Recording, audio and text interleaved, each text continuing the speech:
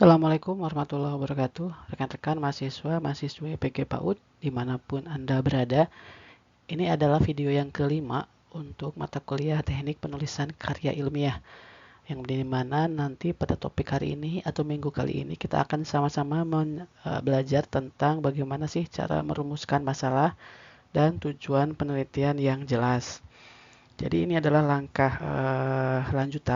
pertama mungkin ya setelah latar belakang masalah, yaitu merumuskan masalah. Jadi seperti apa sih agar kita bisa menuliskan rumusan masalah, kemudian nanti diturunkan menjadi tujuan penelitian. Nah, ini penting sebagai fondasi terhadap nanti kita ke metodologi penelitiannya seperti apa. Begitu ya, nanti kita akan belajar bagaimana cara membuat rumusan masalah agar spesifik, terukur, dan contoh-contoh rumusan masalah. Baik, yuk kita langsung saja mulai. Nah, ini adalah rumusan masalah atau capaian pembelajaran ya. Capaian pembelajaran untuk subjek PMK yang kelima, di mana yang pertama Anda diharapkan mampu menuliskan rumusan masalah dalam bentuk pertanyaan. Ya, pertanyaan yang spesifik, fokus, dan juga dapat diteliti. Kemudian yang kedua, nanti Anda juga diharapkan mampu menyusun tujuan penelitian yang sesuai dan sejalan dengan rumusan masalah tentunya. Ya, kemudian yang ketiga, Anda juga harus bisa membedakan kualitas dari rumusan masalah. Mana rumusan masalah yang terlalu luas dan juga rumusan masalah yang terlalu sempit. Gitu ya. Atau mungkin rumusan masalah yang kadang-kadang tidak relevan dengan konteks penelitian kita. Nah, ini adalah tiga pertanyaan atau tiga capaian pembelajaran yang harus kita sama-sama pelajari. Kemudian kita coba masuk ke dalam prinsip merumuskan masalah penelitian itu seperti apa. Yang pertama, rumusan masalah itu kan memang bentuknya pertanyaan ya, ada berupa tanda tanya di situ. Tapi pertanyaan itu memang harus memenuhi beberapa prinsip, minimal ada 3 prinsip yang harus Anda pahami. Yang pertama, rumusan masalah yang baik itu adalah rumusan masalah yang fokus dan spesifik. Rumusan masalah ini harus memiliki fokus yang jelas, spesifik, dan fokus pada satu aspek penelitian saja. Jadi pada saat kita merumuskan masalah itu jangan terlalu luas, jangan terlalu umum. Ya, jangan juga ngambil ke variabel-variabel yang lain. Fokus pada variabel apa. Ya. Nah, kemudian yang kedua, itu harus relevan. Nah, jadi masalah penelitian ini harus relevan dengan konteks pendidikan anak usia dini. Ya, biar nanti kita itu memberikan dampak dari hasil penelitian kita, memberikan kontribusi yang jelas bagi pengembangan secara teori ataupun praktek di bidang PAUD. Ya, jadi jangan sampai nanti kita tidak relevan ya, kita ngebahas tentang pendidikan anak usia dini, tapi fokusnya malah ke bidang yang lain, ke ekonomi gitu ya. Jangan ya, jadi fokuskan ke masalah-masalah praktek dan teoritis PG PAUD. Nah, kemudian yang ketiga, kita juga membuat rumusan masalah harus yang dapat diteliti. Jadi pastikan bahwa masalah ini harus dirumuskan dan dapat dijawab. Dapat diketahui jawabannya atau kita dapat mencari jawabannya secara pembuktian empiris. Dengan apa? Dengan tentunya menunjukkan metodenya dan data-data yang nanti akan dikumpulkan. Ya, jadi harus dapat diteliti, harus terobservasi dan dapat diukur. Ya, realistis dalam konteks akademik. Nah, itu yang harus Anda pahami ya untuk prinsip-prinsip dalam merumuskan masalah penelitian. Nah, kemudian bentuk rumusan masalah ini contohnya seperti ini. Rumusan masalah itu kan diawali dengan suatu kalimat pertanyaan ya. Kalimat pertanyaan ini memang yang dinyatakan dalam bentuk pertanyaan yang jelas, spesifik, dan dapat dijawab melalui proses penelitian sistematis. Jadi rumusan masalah itu biasanya menggunakan kata tanya. Ya, menggunakan kalimat tanya. Contohnya kata tanya misalkan bagaimana, mengapa, apa, sejauh mana.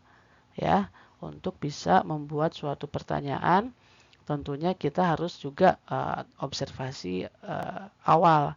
Ya, kita harus mampu untuk bisa mengamati fenomena nyata sehingga baru kita memunculkan pertanyaan. Ya, memang harus eksplorasi mendalam dulu nih ya. Kita harus tahu kondisi kelasnya seperti apa, kondisi anak-anaknya bagaimana, kan dari hasil observasi awal. Kemudian yang kedua, bentuk rumusan masalah ini baiknya adalah tolong hindari pertanyaan iya dan tidak. Jadi tidak boleh pertanyaan tertutup. Ya, jadi pertanyaan penelitian yang baik itu tidak dapat dijawab hanya dengan iya dan tidak, tapi harus ada analisis dan penjelasan yang komprehensif. Ya, jadi jangan sampai kita pertanyaannya pertanyaan yang sempit ya, itu juga tidak boleh.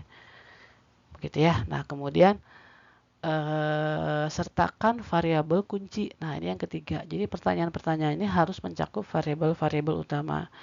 Misalkan kalau variabel Anda fokusnya tentang perkembangan bahasa, ya fokus ke perkembangan bahasa. Kalau terkait dengan kreativitas, fokus ke kreativitas, begitu ya. Jadi harus ada di rumusan masalah itu menunjukkan variabel kuncinya apa. Yang nanti ingin kita kaji apa, itu yang harus kita pastikan ada di rumusan masalah. Nah, kemudian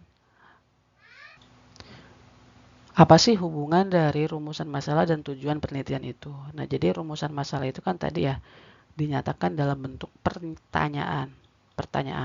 Tapi kalau tujuan penelitian ini biasanya dibentuk atau dibuat dalam bentuk pernyataan. Ini dua konsep yang berbeda ya. Jadi kalau rumusan masalah itu dia menggambarkan isu atau fenomena yang ingin dikaji. Tapi kalau tujuan penelitian ini dia menjelaskan apa yang ingin dicapai atau diketahui dari penelitian itu. Contoh misalkan, bagaimana, nah ini kan kalimat tanya ya, di rumusan masalah, bagaimana pengaruh metode bermain peran terhadap perkembangan sosial emosional anak usia 5-6 di TK Harapan Bangsa. Oke, ini adalah rumusan masalah yang baik, sudah spesifik, fokus, dan dapat diukur. Kemudian tujuannya apa? Untuk menganalisis pengaruh metode bermain peran terhadap perkembangan sosial emosional anak usia di TK Harapan Bangsa. Nah, jadi ini pertanyaannya untuk apa? Bagaimana ya? Kalau ini adalah tujuan akhirnya untuk apa? Begitu ya. Jadi ini dua hal yang memang harus ada dalam bab 1 ya di penelitian kita. Jadi tujuan penelitian ini harus menjawab secara langsung pertanyaan yang diajukan dalam rumusan. Jadi nggak boleh tujuannya itu tidak nyambung sama rumusan masalah. Nah, antara keduanya ini harus memiliki koherensi yang logis dan mencerminkan fokus penelitian yang sama. Jadi dalam hal penulisan tujuan harus sama redaksinya, harus betul-betul menjawab secara langsung. Nah, ini adalah contoh rumusan masalah yang baik. Ya, rumusan yang pertama nih contohnya nih. Bagaimana implementasi pembelajaran berbasis proyek mempengaruhi kreativitas anak usia dini di PAUD Bintang Kecil. Berarti ini adalah rumusan masalahnya adalah bagaimana implementasi atau penerapan pembelajaran proyek untuk mempengaruhi kreativitas atau terhadap kreativitas anak. Alasannya kenapa rumusan ini baik? Dia sudah spesifik. Dia sudah fokus pada satu hal, yaitu tentang kreativitas dengan proyek. Variabelnya jelas kreativitas, gitu ya. Kemudian juga ini dapat diteliti. Ya, dapat diteliti maksudnya gimana? Ya, kita bisa mendapatkan data atau bisa mengambil nilai kreativitasnya bagaimana, atau mungkin implementasi penerapan berbasis proyeknya seperti apa. Nah, itu kan bisa diterapkan ya di kelas kita, sehingga itu dapat diteliti. Nah, kemudian contoh yang kedua nih, apa hubungan antara keterlibatan orang tua dan kesiapan sekolah anak usia 5-6 di wilayah Kecamatan Bogor Tengah. Nah, kenapa ini rumusan baik? Karena dia menunjukkan hubungan antar variabel. Jadi keterlibatan orang tua dan kesiapan sekolah. Tentu ini kan dua hal yang memang mungkin setelah kita kaji teori ada hubungannya ya. Kemudian konteksnya jelas ya terkait dengan keterlibatan orang tua dan juga dapat diukur. Nah, ini adalah contoh rumusan masalah yang baik. Nah, ini adalah contoh rumusan masalah yang kurang baik nih, atau yang Anda harap tidak menggunakan ini ya. Misalkan bagaimana meningkatkan pendidikan anak usia dini di Indonesia. Nah, ini adalah rumusan masalah yang terlalu umum, yang terlalu luas. Karena apa? Ini terlalu luas, cakupannya terlalu luas, tidak fokus pada variabel. Karena bagaimana si guru atau kita bisa mengukur pendidikan anak usia ini di Indonesia, ini kan luas banget ya. Tidak spesifik hanya di kelas kita saja, dan itu memang tidak boleh. Atau mungkin terlalu sempit. Terlalu sempit ini hanya memfokuskan pada satu anak misalkan. Apakah anak bernama Ahmad di TK Melati suka bermain balok? Ini pun tidak boleh. Ya, jadi nanti kita hanya fokusnya ke satu anak aja ya, itu memang tidak kurang baik lah ya. Kemudian terlalu spesifik pada individu tertentu ya, jadi nggak boleh ya. Nah, ini alasannya. Kemudian tidak relevan. Nah, maksudnya contoh gini, bagaimana pengaruh harga saham terhadap motivasi belajar anak? Lah, apa hubungannya harga saham ya terkait dengan investasi dengan motivasi belajar? Nah, itu kan nggak nyambung. Ya, tidak ada hubungan logis ya, ini tidak boleh. Tidak ada korelasinya dengan PGPAUD, dengan keilmuan kita. Kemudian yang keempat, tidak dapat diteliti. Nah, ini juga jangan. Jadi contohnya, mengapa Tuhan menciptakan anak-anak dengan karakteristik yang berbeda? Ya itu sih udah apa namanya, ya nggak perlu kita teliti lagi kan, itu tidak bisa dibuktikan secara empiris. Nah ini nggak boleh. Ya jadi kayak bersifat filosofis atau religius itu memang susah ya untuk bisa kita menelitinya atau membuktikannya. Ya jadi tidak bisa dilakukan secara uji empiris, uji secara ilmiah. Begitu ya, ini adalah contoh rumusan masalah yang kurang baik. Nah, ini ada contoh untuk bagaimana kita bisa nyusun rumusan nih dari kasus nyata bagi PAUD ya. Contoh misalkan nih studi kasus. Kasus pertama adalah kita fokusnya pada perkembangan bahasa. Ini adalah variabel atau mungkin topik penelitian kita. Contoh kasusnya adalah seperti ini. Di TK Permata Hati, guru mengamati bahwa anak-anak yang sering dibacakan cerita oleh orang tua memiliki kosakata yang lebih luas dibandingkan yang tidak. Oke, kalau kita bikin rumusan masalah dari kasus ini, misalkan gini, bagaimana pengaruh keterlibatan membaca cerita oleh orang tua terhadap peningkatan kosakata anak. Nah, itu adalah contoh rumusan masalah yang pertama ya. Jadi dimulai dari kata bagaimana. Kemudian yang kedua, misalkan ada terkait dengan variabelnya adalah perilaku sosial. Contohnya misalkan beberapa anak di PAUD ceria menunjukkan kesulitan berbagi mainan dan interaksi dengan teman sebaya, terutama setelah pandemi. Nah, ini kita bisa merumuskan masalah dari kasus ini. Berarti bisa pertanyaan gini, bagaimana interaksi teman sebaya dapat meningkatkan kemampuan berbagi mainan pada saat pandemi, gitu ya? Atau upaya atau bagaimana implementasi interaksi dengan teman sebaya dalam peningkatan kemampuan berbagi mainan. Nah, itu adalah contoh ya rumusan masalah untuk perilaku sosial. Atau kasus yang kedua ini. Nah, kemudian kasus yang ketiga nih, contohnya nih metode pembelajaran ya. Topiknya tentang metode. Kepala sekolah TK Harapan ingin mengetahui apakah penggunaan media digital dalam pembelajaran berdampak pada kemampuan motorik halus anak. Nah, kita bisa membuat rumusan masalahnya, mungkin penelitian tindakan kelas ya. Bagaimana implementasi penerapan media digital untuk meningkatkan kemampuan motorik halus anak. Nah, itu ya contoh rumusan masalahnya seperti itu. Nah, jadi silakan Anda bisa untuk membuat kalimat pertanyaan dari ketiga rumusan masalah ini ya untuk latihan.